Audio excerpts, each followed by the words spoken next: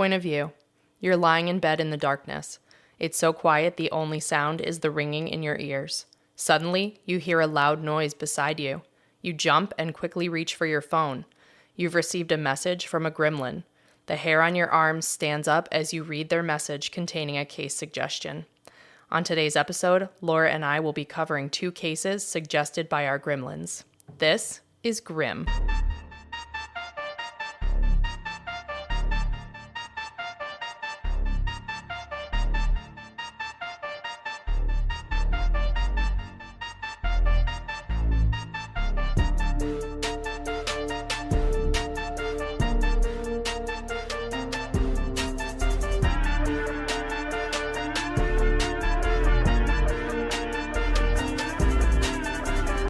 Hello. Hello, welcome to Grim. We're your hosts, Marina And Laura.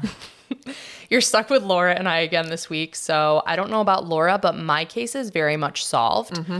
We can't cover the true mysteries without our Grim detective. Exactly. Mine is also solved Yeah. for that exact reason. And they make me mad, so I just choose to avoid them. But Colby's got them. Before we start, I want to give a big shout out and thank you to our newest Patreons. Woo! First, we have Jasmine K. Woo, Jasmine! Thanks, we Jasmine. love you. We love you. And second, we have Alan W. Woo, Alan! Thank you guys so much for signing up for our Patreon.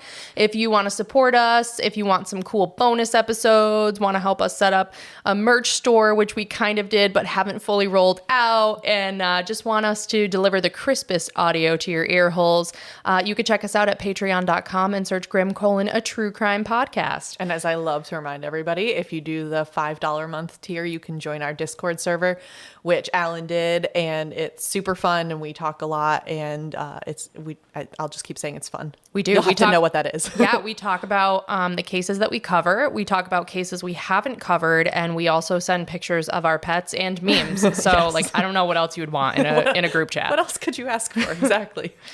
So my listener suggestion comes from Jennifer P. So thank you for the Grim suggestion. I'm holding my thank you until I hear this case. You won't thank her. No.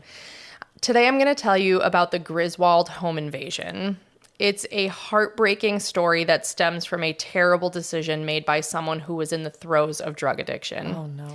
For this week's episode, I read a ton of articles from local news sources like the Hartford Courant and the Norwich Bulletin, and I also got a ton of my information from the arrest warrant of one of the people involved. Ooh. So, 21-year-old Matthew Lindquist had been struggling with substance use for years.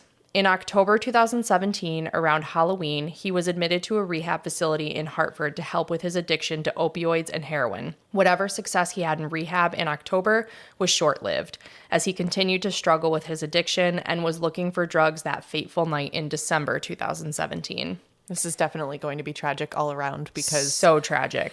it's just addiction is so awful. Ruins lives. And in this case, multiple lives. Yeah. Prior to the night of the crime, Matthew met Sergio Correa, a man from Hartford who had been released from prison less than a year earlier after serving 10 years behind bars. Sergio was not a good dude. He was a drug dealer and had a criminal history that included convictions for multiple counts of assault, multiple counts of conspiracy to commit robbery 1, criminal use of a weapon, larceny 1, and arson 2. In 2 of his arrests, Sergio actually shot his victims, and he had been sentenced to 20 years suspended after 10 in 2011 for crimes he had committed in 2008 when he was only 16 years old. Oh, geez. So a life of crime. Yes. He was discharged to parole in January 2017 and was placed on probation in September 2017 and was on probation at the time of the home invasion.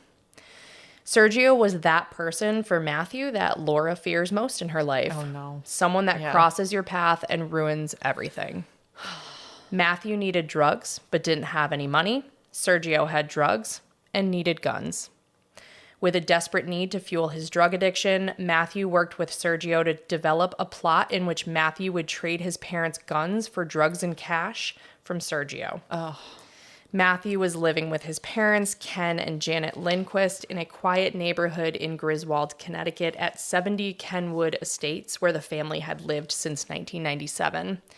Matthew's parents had a gun safe in the basement in which they kept firearms and ammunition, including a .30-06 caliber hunting rifle. On December 19th, 2017, Sergio and Matthew exchanged numerous texts and phone calls to set their plan in motion. I'm glad we can't track any of that. Mm-hmm. I'm going to go through all of them because it gives you sort of the vibe and the dynamic for the hours leading up to the crime. But as you have pointed out, the existence of this record just goes to show you these were not criminal masterminds by any stretch of the imagination. But I mean, what do we know? Yeah. We don't know anything. Right. No. We've only covered how many cases where people are caught just by their Google search. Right. That damn Google, it'll get you every time. Early in the day, Matthew confirmed with Sergio that he still had super fire with him, which was apparently a potent form of heroin. That was Matthew's priority, ensuring that Sergio had the drugs and did not forget the drugs. Matthew told Sergio that his dad usually went to sleep after dinner around 6 to 7, so around Laura's bedtime. But Matthew wanted to meet up with Sergio earlier and planned to meet with him around 4. Matthew sounded a little concerned in his text, indicating that his parents' safe was bolted to the floor. Matthew asked if Sergio would be able to pick the lock, and Sergio asked for a picture of the safe so that he could look up the lock specs, which Matthew sent. That's actually pretty smart. Pretty smart, but I just would bet money on that this guy could not crack a safe, even if he did look up the lock specs. That's true. And I was wondering in the beginning how they expected to be able to get the guns out of the safe. So it seems like they originally thought they were going to just carry the whole safe out of there. Yeah, but I don't know why they wouldn't just have planned better and stolen the key. Right. Yeah. But again, well, we've answered our own question there. Not the smartest criminals. The two agreed that Sergio would give Matthew the drugs and cash when Matthew showed him the safe, which Matthew said contained at least 2 guns. About 2 hours later, anxious to get started, Matthew texted Sergio and asked if the two should meet in Griswold. I think the original plan may have been for Matthew to drive to Hartford and they would all ride back to Griswold, which Matthew said didn't really make much sense, and he also didn't want to be in the car with Sergio with stolen items for that long following the crime. Matthew told Sergio to meet him at the Lisbon Walmart, but Sergio told Matthew there were too many cameras and that he just wanted to pay Matthew and leave. So Matthew there were no home invasion plans. It was simply that they were going to pick the lock on the gun safe, get the guns to Sergio, and Matthew was going to get the drugs. That was the plan originally? They were going to fake a home invasion. They were going to fake a robbery. Okay, got it. Yeah. You probably told me that when I was staring at you listening. I didn't. I haven't gotten to that part yet. Because sometimes I do that. I'm very intent on the story and I miss one very important detail. I will fill in the blanks. But yes, it was a fake robbery. It's usually ages or years that I'm stuck on, but I'm with you on this one. I do the same thing. Thank you. Yep. So Matthew told Sergio he could just pull up the street near his house, give him the money, and Matthew would show him where the safe was. Matthew provided his address and again wanted to confirm that Sergio had the drugs. Sergio confirmed with Matthew that they would be going through the basement, and Matthew confirmed that Sergio was on his way. But Sergio said he was taking the back roads, so taking his time. Then Matthew sent several unanswered texts. How long does your GPS say? Where are you? Where are you? Where are you? 5 missed calls to Sergio's phone. And reading these, I can just feel the pit that Matthew must have had in his stomach. Scared they weren't coming, scared they were coming, wanting the drugs, not wanting to proceed with this plan, like knowing that it was like something bad was happening. Absolutely. Sergio texted back almost an hour and a half later and said he just had to get gas. I would have lost my mind. Yeah, which I'm also the person that always shows up early. Yep. If I'm not early, I'm late. So I'd be like, I'm sorry.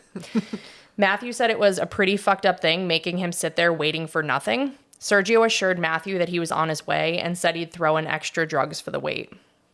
Matthew said the whole trip should have only taken an hour tops. Now, we all have this friend, the friend that says they're on their way to a location 20 minutes away and 30 minutes later they're like, oh, sorry, I actually just left. Yep. That's exactly what Sergio did. He said he left later than he had originally said, so he was actually still 35 minutes away, which was an hour and 45 minutes after he said he was originally headed there.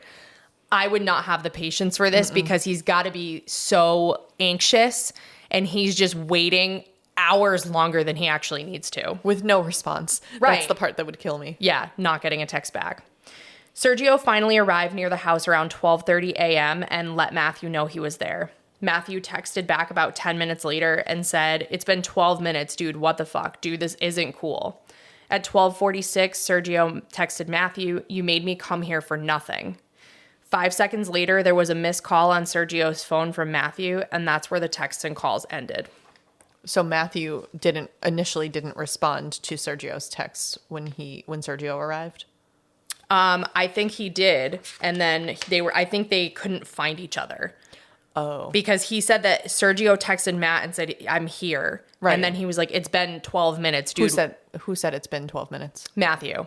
Oh. Sergio's adopted sister, Ruth Correa, was actually the one that was driving the car. And she had said that they were like driving around this neighborhood. And I think she thought they were lost at first. So I think that 12-minute gap was them trying to find each other. Got it. That makes a lot of sense. Yeah. Okay. And I think that's why Sergio said, "You made me come here for nothing." Like they couldn't find him. He couldn't, like they just couldn't find each other. Yeah.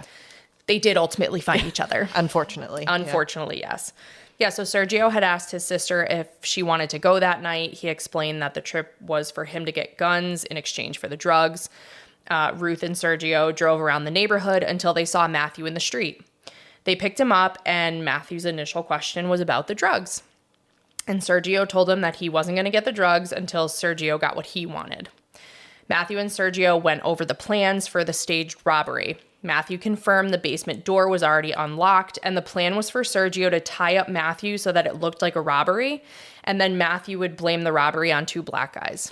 And Matthew's parents were home Yes. at this time, presumably sleeping Yes. upstairs somewhere. Okay. Yes. Once they had the plan set, Matthew showed Ruth and Sergio his parents' house, and then they all parked the car down the street near a wooded area.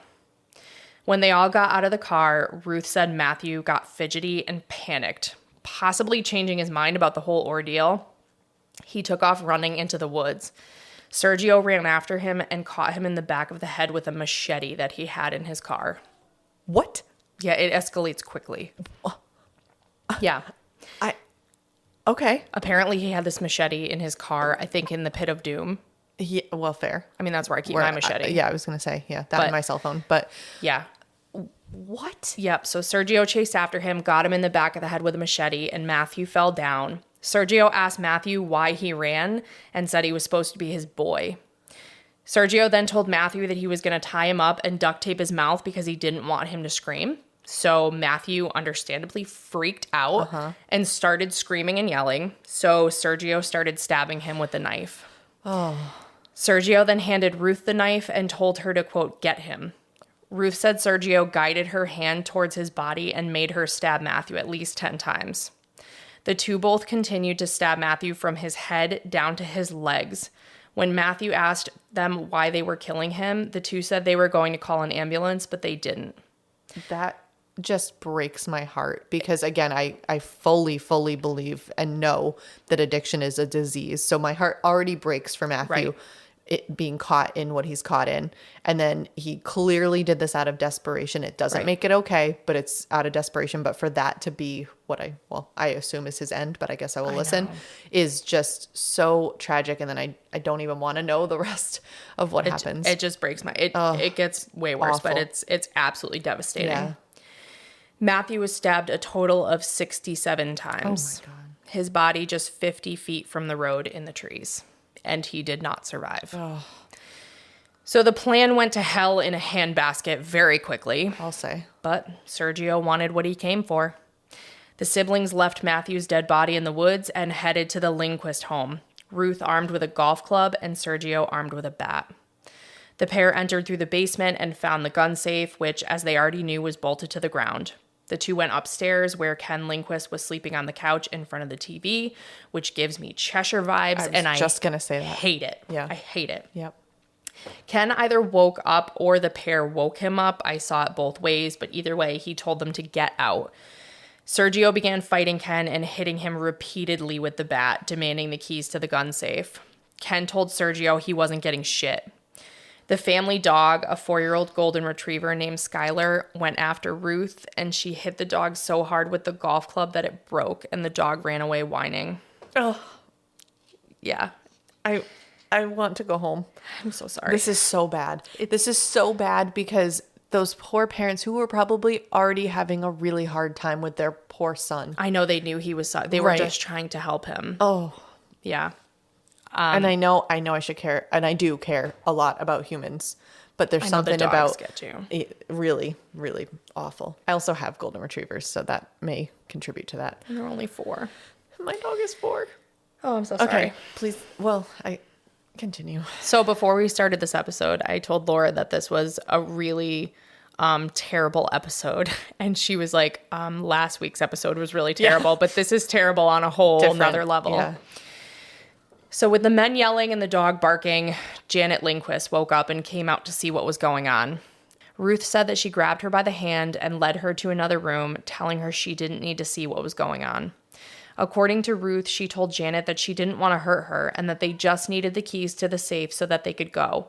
Janet asked where her son was and why this was happening. Ruth told Janet that this was all happening because of him and that he set it up. And I am just so crushed for this mother hearing that in that situation. By the fact that we're hearing this story has clearly come out as fact, but I just wish it hadn't. I know. You know, I wish it had just seemed like he had run into these people and they just never knew why he was involved. Or that you didn't know the horrific Exactly. details of what Exactly. happened.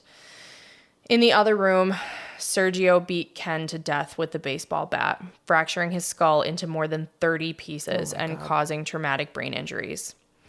Ruth noticed that it got quiet. Sergio, who had managed to get the keys to the safe following Ken's death, went and got a gun that he brought to the bedroom. Sergio pointed the gun at Janet and terrorized her with it, even sexually taunting her at one point.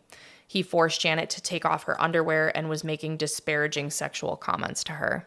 Come on. I mean, just a piece of shit That, on the... really? Yeah. Like, I'm still stuck. Like, I know they needed the key to get in, but you can't figure it out or do any... You had to attack people. I just take what you want and figure out a way to get into the safe and then leave. I know.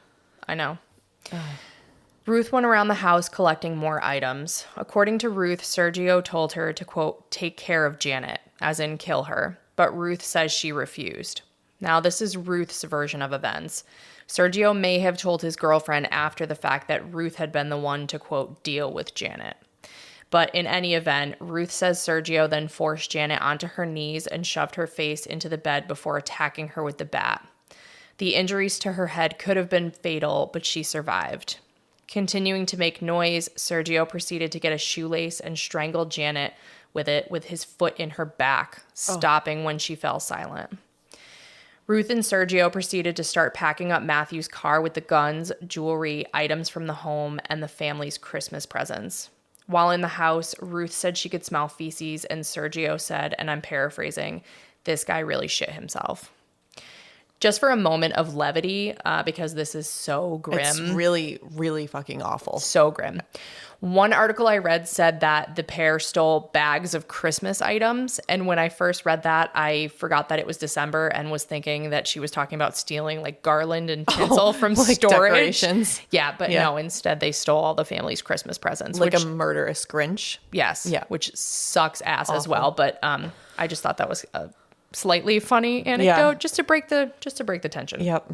Yeah, this one is really hitting me in the gut. This one is really... I think home invasions, let me be clear, every single case we cover is awful because no one deserves to die. But home invasions, there's something so offensive about someone coming into your home. Your sense of security. It's just, the helplessness that people must feel when they're unprotected and attacked is just, it really disturbs me.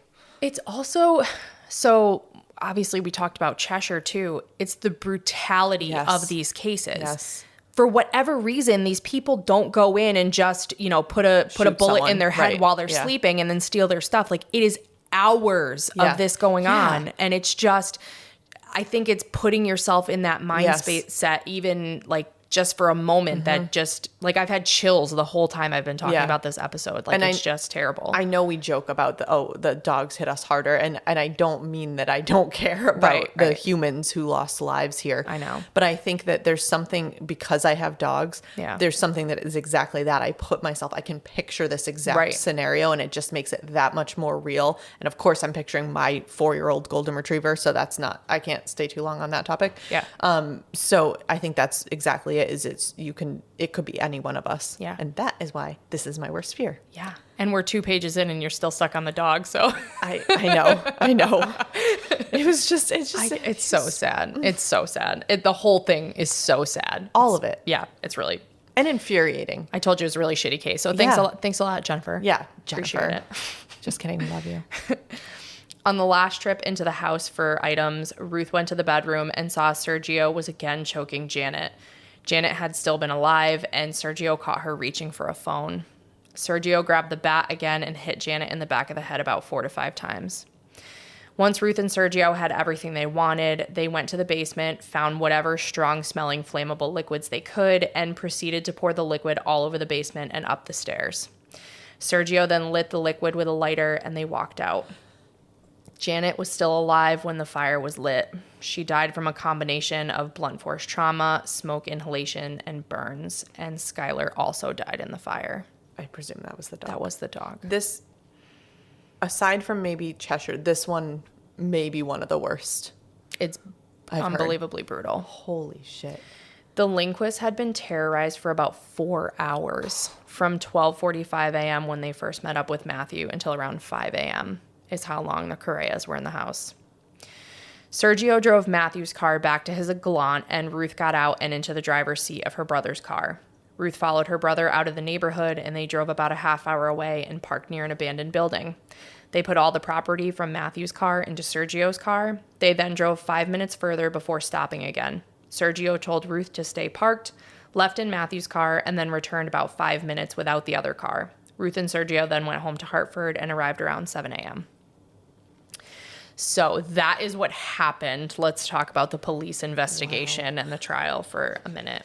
You seem I am really upset by this case. It is exactly as you said, the brutality of it, the senselessness of it, the tragedy again of how it even started is awful, and it's just the complete disregard for human or any life is, like I said, it's just offensive. It's just steal what you need to steal and leave people. You're going to get caught. I certainly hope, because again, we're talking about this case. Right.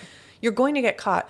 You're way better off getting caught for burglary and theft than murder.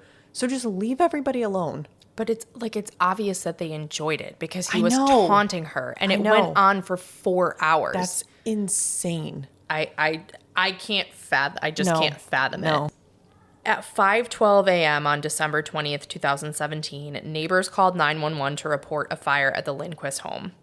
About 40 minutes later, at 5:56, Glastonbury police responded to a car fire at the Glastonbury luxury apartments, and the vehicle engulfed in flames was Matthew Lindquist's 2003 Saturn Ion. According to Google Maps, it's a 45-minute drive from the home in Griswold to the apartments in Glastonbury. That's from the police arrest warrant. That's not my own research. MapQuest says it's 2 hours by horse and buggy. So I just wanted to get that in there. Thank you, because I really needed to laugh. Mm-hmm. So I appreciate that. You're welcome. Police obtained a search warrant for the Lindquist home and found Janet and Ken's remains inside, along with the empty gun safe, but no sign of Matthew. The police began interviewing neighbors and family members. They learned that Matthew had been having issues with substance use, and police set out to try to find him using the GPS from his cell phone, which they found was located in Hartford around 1630 to 1640 Main Street near the Sands apartment complex. The GPS from Janet and Ken's phones also showed up in the same area. Oh my God. Yeah. The FBI was involved from the very beginning to help with the cellular analysis of Matthew's phone. The FBI and police combed through Matthew's cell phone records, and by December 22nd, 2017, so 2 days later, they found that he had placed a call at 12:46 a.m. before the house fire to a number that was linked to an email and a matching Instagram account, which belonged to Sergio Correa, who was currently on probation. Mm-hmm. Shockingly, Sergio had an apartment in Hartford approximately 100 feet from where Matthew's phone was pinging. Mm-hmm. Probation officers, along with the Hartford Police Department, paid Sergio a visit and conducted a search of his bedroom, but they came up with nothing. They told Sergio that he was not under arrest, but that they wanted to talk to him about an investigation. Sergio agreed to go with police, and he waived his right to an attorney during his police interview. Again, what do we tell you? Brilliant. What do we tell you? Mm-hmm. Mm-hmm. Police showed him a picture of Matthew and asked if Sergio knew where he was. Sergio paused when he saw the photo and said he wasn't involved with, quote, his business. During the interview, Sergio said, whatever that man done did, that's his bullshit. The police told Sergio they knew he'd been in contact with Matthew since the arson, and then Sergio said he wanted a lawyer. Sergio pulled out his iPhone to call a lawyer. The police saw the phone and were like, bonjour. They confirmed that that was the only phone that he had, and they seized it as evidence. Beautiful. While Sergio was being interviewed, probation officers and the Hartford Police Department conducted a search of Sergio's car, and they found a red gas can, multiple knives, wound cleanser spray, a sledgehammer, a pry bar, and an HP computer monitor, among other items. The vehicle was seized to prevent the destruction of potential evidence, given what the police knew at that time. Matthew's brother Eric was later able to ID the HP monitor and pry bar as items that belonged to his father. Oh my God, Matthew had a brother? He did, and a sister. Oh, you didn't tell me this, They didn't live in the house. Okay. They weren't there. Oh my, So they lost their whole family. Part of me was hoping hoping is probably not the right word, but thinking maybe because maybe that family could at least find peace. No. Because they have all passed, but that is so horrendous because were they older, like at college or grown up or... They were older than him, because there's a picture of Eric with his parents, and he's in either a high school or a college graduation, and Matthew looks much younger, maybe like 15. Okay. So yeah, like moved out or at school or whatever. Yeah. But that is not a call I would want. No. Holy moly. No. Wow. So you just lose your whole family in one night. Right. And your house because it's burnt down or at least burnt. Right. Awful. I know. God. So once a search and seizure warrant was obtained, the police conducted a more thorough search of the vehicle, and in addition to the items found in the car, they also noticed that something was not quite right. Screws and bolts were missing or replaced, and the interior trim on the seats did not match the rest of the car. They also noticed that there were power seat wires with no power seat controls, and there was yellow writing under the driver's seat that was traced back to a junkyard in New Hampshire. It turns out that, in order to conceal evidence, Sergio replaced the inside parts of his Galant with other stolen car pieces. Okay.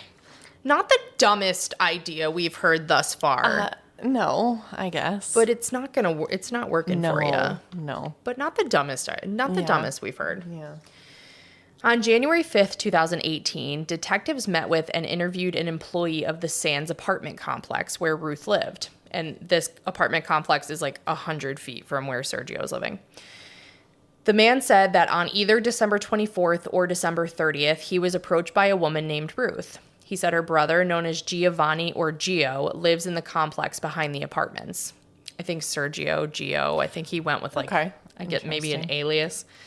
The man explained that Ruth essentially word vomited to him that night, talking about the Griswold Home Invasion. She told him that her and Sergio killed Matthew, took his keys, and went to his house for valuables. Once in the house, they went after the father and then the mother, who put up a big fight. Ruth said they stabbed them both and then burnt the house before they took Matthew's car. Now, this is like a stranger she's talking to. Crazy. Ruth said that after everything happened, there was evidence in the car, so the only option was to burn it. Ruth told him that when she got in the car with the knife, she was covered in blood, and her brother said, "Man, I didn't know you lived this life." And Ruth told him, "Buddy, for the 10 years you've been locked up, I've been doing stuff you don't even know about." The witness said he has seen Matthew at the same Hartford apartment complex where Ruth lived at least once before the killings. So police obviously knew that they were on the right track with the Correa siblings at this point. On May 5th, 2018, over 4 months after the home invasion, Matthew's body was recovered. Oh, my God. His body was found by a man walking his dogs, and the remains were ID'd by dental records. Wow. You know what's crazy is they actually brought dogs to that area to look for his body or to look for any trace of him, and they came up with nothing. Weird. That is weird. I don't know if it was like the elements. Yeah. Maybe it was like snowy. Maybe it was cold and preserved the body or something. I don't know. But I thought that was very bizarre that if he was that close to the property that they wouldn't find him sooner. But his cause of death was multiple stab wounds to the head, torso, and extremities. 4 days later, police executed a search and seizure warrant on Ruth's apartment. The following day, they obtained a DNA sample from her, and it was on that day that Ruth agreed to speak with the police, and she sang like a canary. Which is not surprising considering she also told a stranger all of the details. But I was just realizing if they hadn't found Matthew's body until May, that almost really put the nail in the coffin for Ruth and Sergio, because it kind of proved that her story that she was telling a stranger was not a story. It was the truth that they really had. Because otherwise they might have been wondering, where's Matthew? Maybe he did all this. Right, they may have thought he had been involved in some way. Exactly. Oh, wow. Right. Wow. So Ruth told the police all about the murders and her brother's involvement. She explained that they disposed of all the property from the house that night and that Sergio actually came over to check to make sure that all of it was gone. Ruth told police that she never saw the guns from the home after that night. She mentioned that Sergio had been incredibly paranoid and that prior to her brother's arrest on unrelated charges, like I said, upstanding gentleman, Sergio had asked a family member for the okay to kill Ruth. What? So I think Ruth's confession was intended to protect her from her brother and also to get out of the situation with as little jail time as possible. Yeah. On May 12th, 2018, Ruth was officially arrested for her involvement in the Lindquist murders. Sergio wasn't arrested and charged until June 4th, 2018. There was no real rush since he was already in prison on 3 violation of probation charges from the Hartford Police Department. And when police had arrived to serve those warrants, he was found in possession of drugs and additional charges were filed. So Ruth agreed to testify against her brother in exchange for a plea deal. On May 27th, 2021, she pleaded guilty to 3 counts of felony murder, and in return, the state suggested a 40-year prison sentence rather than the 100-plus sentence she faced if convicted with the murders at trial. It was considered a get-out-of-jail-alive opportunity since she could be released by the time she turned 67, if not earlier. At Sergio's trial, as agreed, Ruth testified as the star witness. She was apparently calm, cool, and collected while on the stand talking about the horrific details of the murders. She didn't break down until she talked about the prospect of being separated from her own 2 children. And that infuriates me. Yep. Absolutely no empathy for others in the world. It's all about number one. And she obviously didn't even for 1 minute put herself in the situation of the people whose lives she was ruining that night. Like I said, complete disregard for human life. It makes me so mad. I'm like, oh, you're so sad that you're going to be in jail away from your babies. Well, who are still alive. Right. Yeah. Exactly. And you're still alive. Yep. Oh, man. So mad.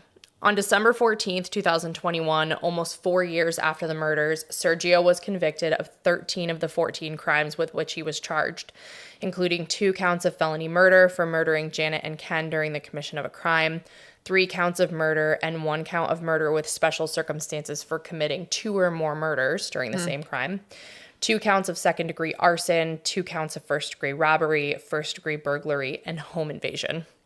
The only charge that Sergio was found not guilty of was the felony murder charge related to Matthew, because the state presented evidence that Sergio and Matthew made a deal to trade his parents' guns in exchange for heroin and cash. So it wasn't really a robbery as it related to Matthew. Okay, that makes sense.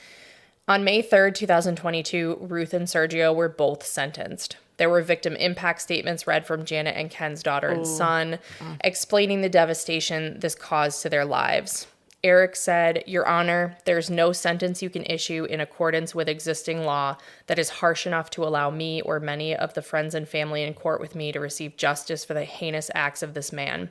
He said that his parents had an entire life ahead of them, arguably the best part of their life together, that was senselessly taken from them at the hands of evil, soulless creatures.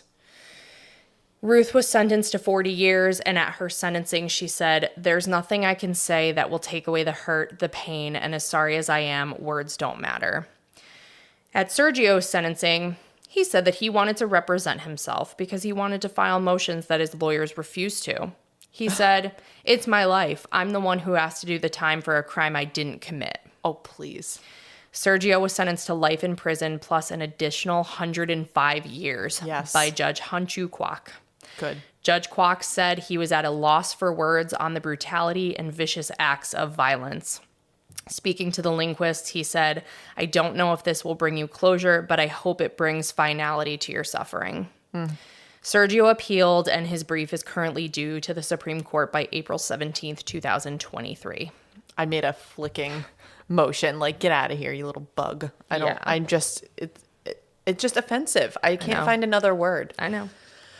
So that is the Griswold Home Invasion, and that one was incredibly grim. Incredibly grim. That was even more depressing to read out loud than it was when I was preparing my notes, and I basically had chills the entire episode. Me too, and I am speechless. That was awful. Yeah, that one sucked. The home invasions really suck. Well, we'll move on to a lighthearted murder.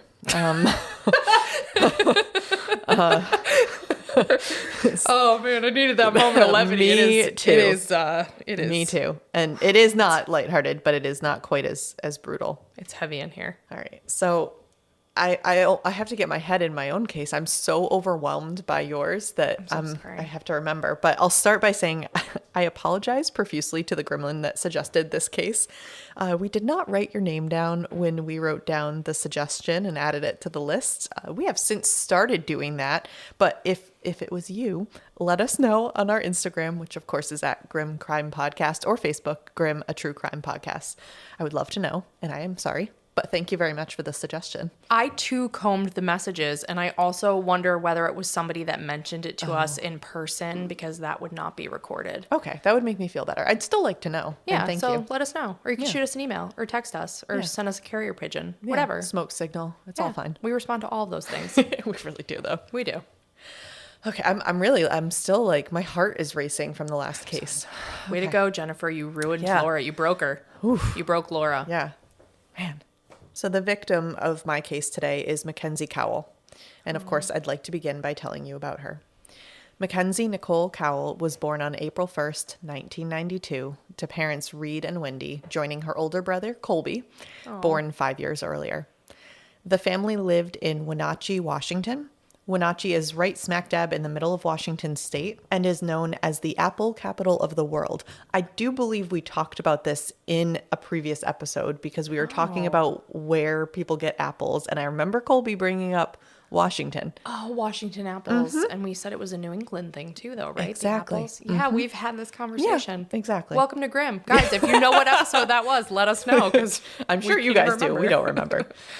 So anyway, the city, which lies in a valley in the foothills of the Cascade Range, is covered with apple orchards, as you might imagine. And obviously, I scoured it on Google Maps, and it really is spectacular. It's just acres and acres of orchards. About 35,000 people live in the 12 square miles spread to the west of the Columbia River.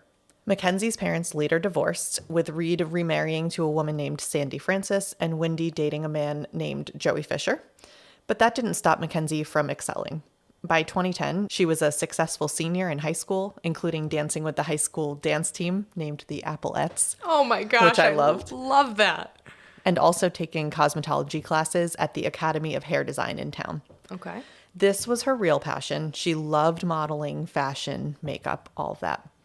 But I'm not here to tell you about an auspicious young woman who went on to live a long, happy life. No, she lit up a room, didn't she? She was a, quote, bright, happy girl. Oh, no. Ruh-roh.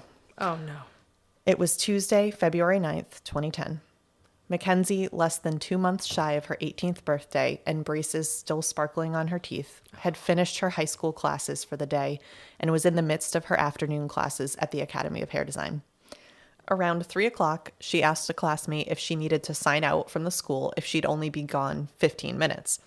Satisfied she wasn't breaking any rules, Mackenzie walked through the parking lot to her car and got in. She sent a quick text, "Hey," to her boyfriend, and then drove off. This is the last time anyone heard from her. No. Mackenzie and her father, Reed, were planning to have a father-daughter dinner date at home that night. That's so sweet and wholesome. It is. She should have been out of cosmetology school by 5, so when she wasn't yet home at 5:40, Reed called her cell phone. It went straight to voicemail. I don't like that. He was initially confused and a bit disappointed, but when she didn't show up for her 8 p.m. curfew, he became concerned. Around 10 o'clock that night, 40 miles away in the remote town Pitcher Canyon, a resident reported an abandoned 1997 Pontiac Grand Prix in front of their home. After looking up the owner, police contacted none other than Reed Cowell. He said, yeah, he was missing the car, but he was also missing his daughter, who should have been inside it. Oh my gosh. The car was found locked, and Mackenzie's purse and some clothes were in the car. but her debit card was missing, as was her cell phone, which was still off. That's rare. I feel like in most cases, they're like, the cell phone was still there, and that's even sketchier. Yep, and it was off, which meant Right. they can't find it. Right. Police observed a single set of footprints outside the car leading back toward Wenatchee, the town. Was the car broken down? Nope. No. Okay. For an agonizing 4 days, Mackenzie's family, friends, and the entire community searched for any trace of her. Then, on Saturday, February 13th, Reed got the call no father ever wants to answer. The voice on the other line said, "Sir, I'm so sorry to tell you this, but we've found a body." Oh. Which just gives me chills. Yeah, Because you're hoping. Oh, this is a much more lighthearted case. Thank you. Thank you. I know. That's why I felt bad kind of saying that. I just literally needed to laugh to get myself out of the Griswold case. By the way, listeners, this is an episode for you, by you, so you have no one but yourselves to thank for this grim episode. This is on you. Touche. You did this. What have you done? Oh, okay. Mackenzie was discovered lying on the banks of the Columbia River in an area called Crescent Bar, a resort community in the nearby town of Quincy. She was fully clothed, with her feet in the shallow, freezing water, just 50 yards from an empty house that was up for sale. She had a deep laceration in her neck, had been struck in the head, strangled, and stabbed to death. Oh my gosh. It also appeared that the murderer had attempted to dismember her. Oh my gosh. The knife was still embedded in her shoulder. Police immediately went to work. An obvious suspect was her boyfriend, Joaquin Villasano. When they brought him in for questioning, he failed a polygraph repeatedly. Boy. The question he kept failing was, "Do you know who killed Mackenzie?" But Joaquin had an airtight alibi. Do you want to know what it is? Yes. Me too, but I couldn't find it. Oh, no. Why would you do that? Because I need you to feel my pain. This is the drawback to a shorter case. I could not find it. But he was exonerated. You didn't make any phone calls? I tried, but West Coast, do better. With Joaquin off the table, investigators next looked into Mackenzie's mom's boyfriend, Joey. Mackenzie and Joey did not have a good relationship, and in fact, just the day before she disappeared, they'd gotten into a huge fight. Mackenzie told her mom, "It's him or me." Ooh. But after chasing this lead, police could find no physical linkage, and Joey too was exonerated. So they just couldn't, so they cleared him, fully cleared him? Fully cleared both of them. Huh. Yep. I really wish I knew why, but I couldn't find it. But you did find that the boyfriend had an airtight alibi. The boyfriend had an airtight alibi. That is what they said. Yeah. And Joey, they just couldn't link him. So they said cleared no him? physical linkage is what the explanation was. Okay. All right. Yep. But this is solved? It is solved. Okay. All right. Carry on. Well, we'll see. Okay. It is solved, but we'll hear opinions. Okay. 2 months later, a bombshell tip came in. A woman named Liz Reed told police she knew who killed Mackenzie, and she had video proof. What? Mm-hmm. That was 2 months later? Mm-hmm. What were you waiting for, lady? Well, before we get into that, let me tell you just a little bit about Liz. Okay. She struggled with substance abuse with a preference for OxyContin. She also sold drugs to pay for her own. And I am not passing judgment on anyone's activities, but it's relevant to note that she was an informant to the police. And I'm guessing it was one of those activities that might have landed her in jail and gotten her to agree to that arrangement. Mm-hmm. So when she came to police with this insane statement, obviously they asked for the video, but she didn't have it. She said it was shown to her by 2 drug dealers she was associated with, Sam Cuevas and Emmanuel Serros. She claimed that they thought Mackenzie was in the drug world and that Mackenzie was an informant. So they had to kill her. That checks out. Right. That checks out based on all the information you gave us at the beginning. She seems like the type that would do that. Modeling, makeup, informant. Right. Yeah. Yep. Liz, now the kicker, so I suspect the police had a similar reaction, but Liz even described the knife that was used to kill Mackenzie, information that had not yet been shared with the public. So the police took this very seriously. Yeah, that's suspicious. Yes. But despite intense investigation, there was no evidence that Sam and Emmanuel were involved or even had any awareness that Mackenzie existed, let alone possessed a video of her murder. Did Liz murder her? I don't think she had anything to do with it, because Liz did try to convince police that she was telling the truth by producing a ring that she claimed the men told her to retrieve from where Mackenzie's body was left. but none of Mackenzie's loved ones recognized the ring. And when Liz was confronted with this, she retracted her entire story, saying there was no video after all.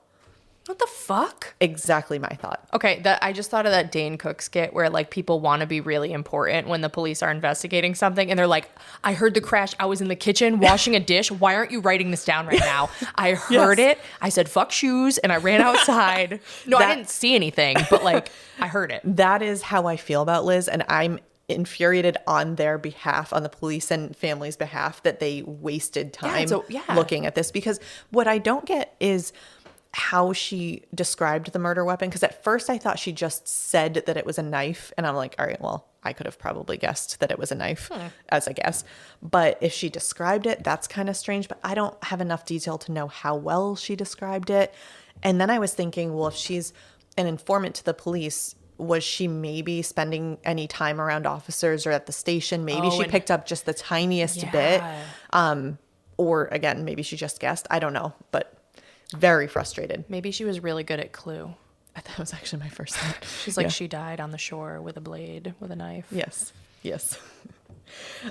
So as the months ticked on, police received an abundance of tips about someone that had not even been on their radar. Callers were concerned about 29-year-old Christopher Scott Wilson.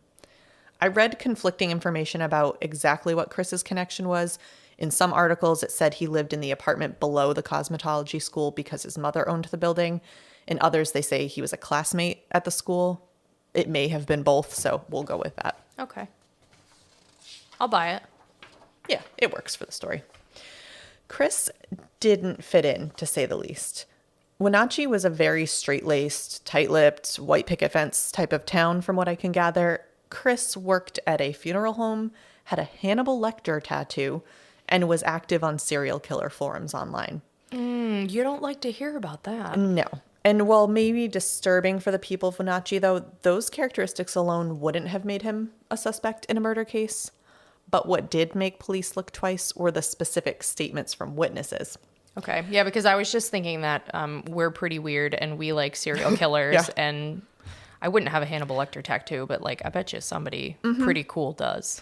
But has anyone said that you have, quote, an obsession with death, dead bodies, and serial killers? Actually, maybe they have, so I won't ask that. Not recently that I'm aware of, but yeah, it's possible. Ooh, I'm screwed. All right. Well, this one I hope you don't relate to. Another person that called in said Chris had tried to choke a female friend and at another time used a belt to strangle a guest at a hotel he'd worked at a few years ago. I plead the fifth. Yeah. This is being recorded. So Chris also apparently told a fellow student at the academy that he, quote, liked to cut people up, referring to his job at the funeral home.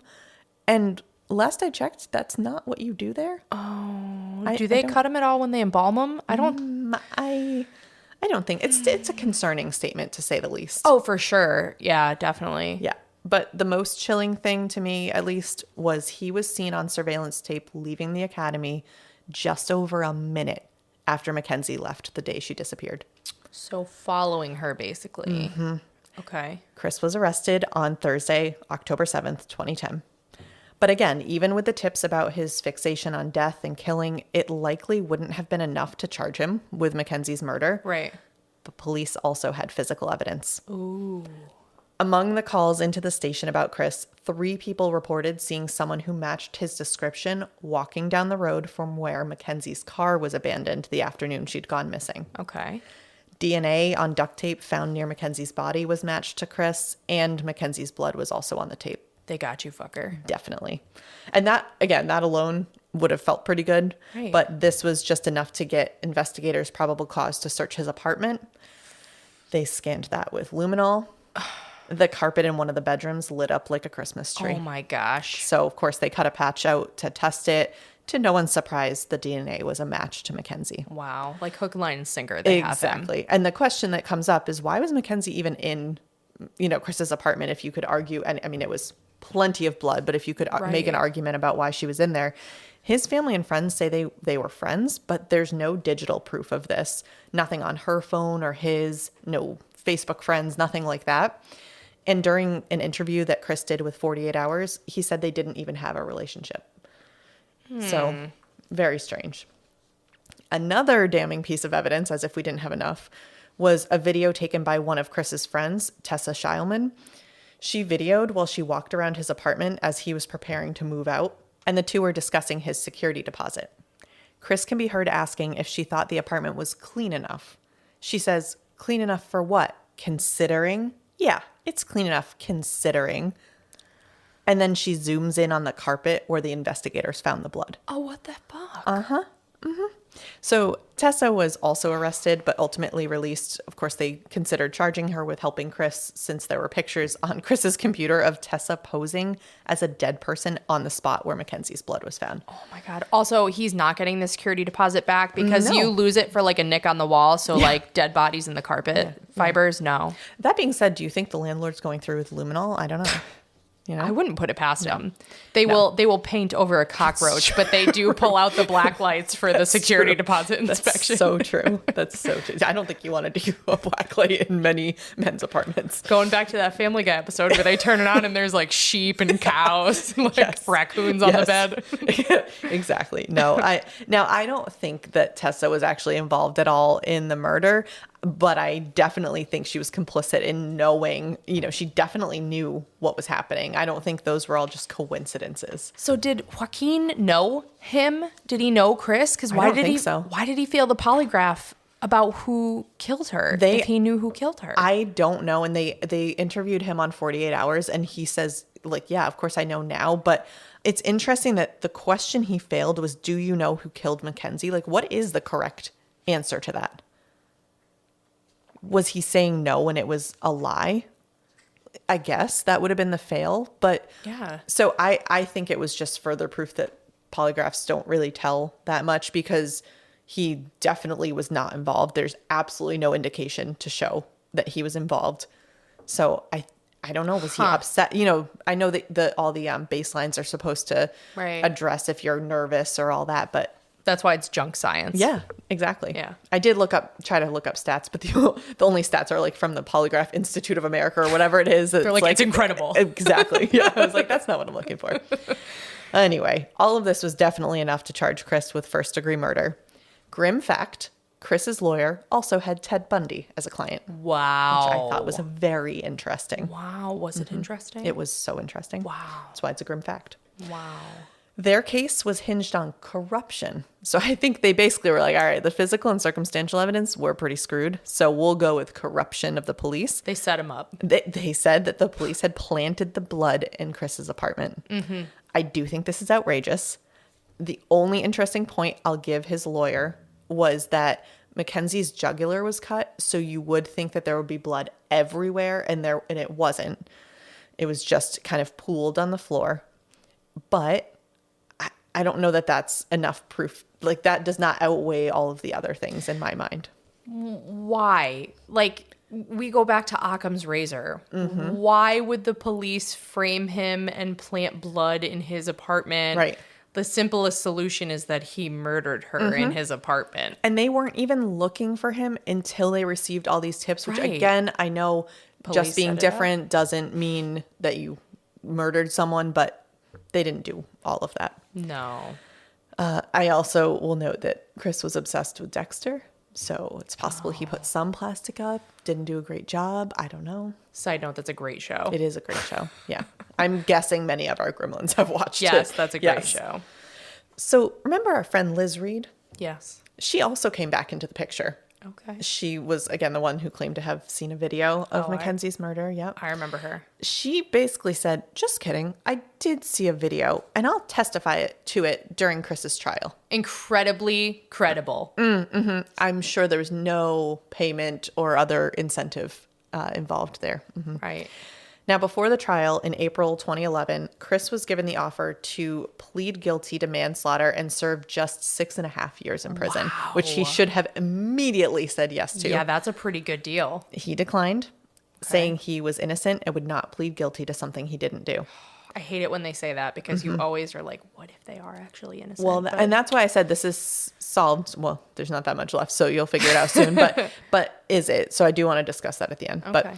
But they continued to prepare for trial. Jury selection was in progress. But when they filled out the pretrial questionnaire, nearly all of the potential jurors like 85% of them believed he was guilty. Okay. So it's not looking so good. Yeah. Armed with this information, prosecutors offered a new plea deal, 14 years in prison, but Chris must include in his plea a written statement saying, quote, "I did recklessly cause the death of Mackenzie Cowell by strangulation and by stabbing her with a knife." Chris indeed pleaded guilty to first-degree murder in a plea deal on May 23rd, 2012. In his interview with 48 Hours, Chris said he didn't mean it. He just did it to avoid a longer sentence. Mm-hmm. Fair. Yeah. There are people. yeah. I actually had this discussion. If you got offered like 5 to 7 years for a crime you didn't commit, but if you rolled the dice and went to trial and were facing like 50 years and they had, even if it was circumstantial evidence and like you're just going to be sunk even if you didn't do it, like we would probably take the plea. Yeah, I really think so, because that leaves literally the rest of my life up to not fate, but Right. too much chance. Right. So, yeah, I'm curious, Gremlins, what would you do in that situation? It's a tough question. Yeah. It's loaded. Now, just a few months after that, Chris filed a motion to withdraw his guilty plea, saying he hadn't understood how much time he would actually serve in prison. This was denied. Okay. Yep. Chris was sentenced to 14 years in prison, earliest release date being August of this year, 2023. So that is the relatively quick case of Mackenzie Cowell. And so the solved part of it is Christopher Scott Wilson, but I am curious what your thoughts are. Do you think that Chris is guilty? Is it possible that the evidence was tampered with, or was he just a scapegoat? I know we've talked about that in other cases. For my opinion, without allowing you to give yours, I'll just launch right into mine. I don't know that I think he didn't do it, and I know that's a lot of double negatives there, but I just think the motive is what's challenging me. I don't know enough, because I don't have all the details in this case, to understand what kind of relationship, if any, that he and Mackenzie had. He was 29 and she's just shy of 18. Did they have an inappropriate relationship? She had a boyfriend that they seemed pretty happy. I know appearances, whatever, but I just don't quite understand what Chris's motive would have been. I don't see, my thought on that is you don't necessarily have to have a motive. What I'm about to say, there's absolutely nothing wrong with the things like being obsessed with serial killers. Right, like they're right, fascinating. Right. I mean, here we are on a true crime podcast. So Right. Who are we to judge? But I'm actually thinking of Brian, is it Kronberger? Where he was a criminal justice major and he was planning this attack on those college students. And I think that he just wanted to see if he could get away with it. So what if Chris's obsession was like just all of a sudden he just saw this opportunity and he's like, what if I'm the next great serial killer? Like you don't know what people's truest intentions are, their deep intentions. And maybe he just had a fantasy of doing it and an opportunity. Like, because with Mackenzie having talked to a classmate about leaving for a few minutes, I wonder, it could have been completely unrelated to Chris. She could have just wanted to go get a coffee or something. Right. But what if they were talking and were going to meet at his apartment or something? Maybe. But so maybe he just had this fantasy he wanted to see through. But either way, the logistics don't, they work, but they don't quite make sense. So if he left the school right after Mackenzie and then followed her in his own car, and then maybe they met, but there's nothing on phone records to indicate that. If we assume his apartment was at or near the academy, I guess they could have gone there and he murdered her there. But then, so the estimated time of death was between 3:30 and 4:30, and she left the school at 3. Okay. So they are pretty close. It barely checks out, because even if you assume the apartment is pretty close, that's not very much time to have gotten inside and then brutally murdered someone. But if she didn't die in his apartment and then he brought her there very soon after, that would explain the pooling of blood too, right? Because yes, it would. It wouldn't initially be spurting, but it would still be draining, I guess. I hate that term Me for too. that, but yeah. Well, and then I think, okay, so then what? Chris put Mackenzie's body in her own car, or maybe he left it there. I don't know. But then he drove to Quincy, where he left her on the bank of the river. So I guess he would have had to bring a car there. I don't know. And then he drove her car to the remote town, and then walked back to town, but that's 40 miles. So did someone pick him up? Like, these are the logistics that you can make work, but I have that like reasonable doubt little thing in my head.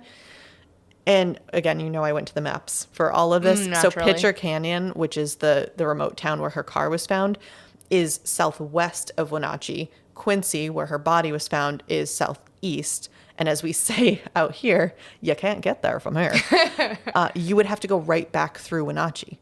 Okay. So it's very confusing. It's certainly possible, but it has left me. And again, this is the short cases kill me because I know that I'm missing giant pieces of information, but it doesn't quite make more sense. I mean, it doesn't quite make sense. You would have more information too if he went to trial, but he pled guilty, so you don't get that information. What was that thing that you said? I don't know that we do that here in Connecticut with they canvass the pre-canvass. It was a pre-trial questionnaire to the actual impaneled jury. I'm not sure that they were impaneled. I wonder if it was a screening. I don't know. I wonder if it was almost like a mock trial because you're supposed to pick an impartial jury. So if you pick a jury and then before they hear any evidence, you give them a questionnaire and they're like, oh, he totally did it. Like, that's not an impartial jury. Well, what I thought they were doing was trying to gauge if the people were impartial. So if they answered, do you think he's guilty or not, or whatever, like maybe it's on a scale of how guilty they think he is. I'm totally guessing. I have no idea how they do it, but maybe that they were screening these people out and they like let the lawyers know about that information. I really don't know. Oh, that's interesting. I'm gonna have to look it up because that's fascinating to me on a nerdy legal level. That's fair. Yeah, that's fair. I certainly didn't look it up. You didn't have at least 2 pages dedicated to the no, had this been screening. A full episode, perhaps I would have. No, and I actually think that's what's frustrating about this case. Now, I did do quite a bit of research on this, and the information's just not out there for most of it. Yeah. The 48 Hours interview is really good, so I do recommend it's, I think, Secrets of the River. That's a catchy-ass name. It is really good. And it interviews her poor father, and it's very well done. But yeah, that is the case of Mackenzie Cowell. Wow. That was really, I enjoyed is not uplifting. The word. Yeah. That was uplifting. That was much more lighthearted than the Griswold Home Invasion. Yeah. Well, the bar is low. So. Yeah. Well, hey, if you're enjoying Grimm and you just can't get enough, you can consider joining our Patreon, as we mentioned in the beginning. You can do that by searching Grimm, a true crime podcast, on the Patreon app or website. Depending on what tier you choose, you can get bonus episodes and even access to our Discord server, which, if I didn't mention before, it's really fun and it's all Grimm all the time. For case photos and other awesome stuff, follow us on Instagram at Grimm Crime Podcast, and on Facebook, just search Grimm, a true crime podcast. As a reminder, we're streaming on just about every platform. If there are other places you prefer to listen to podcasts and we're not there, let us know. You can send us an email at grimmcrimepodcast@gmail.com, and that's also where you can send case suggestions like these, or as Marina said, carrier pigeon, smoke signal, DM, whatever your flavor. Wherever you do listen, please rate us, or even better, leave a written review, and thank you so much to those who have. I think we just broke 100 reviews on Spotify. We appreciate that. We do. And we just want to thank you for being here. And remember, listen, learn, and stay alive until next time, because the future is grim.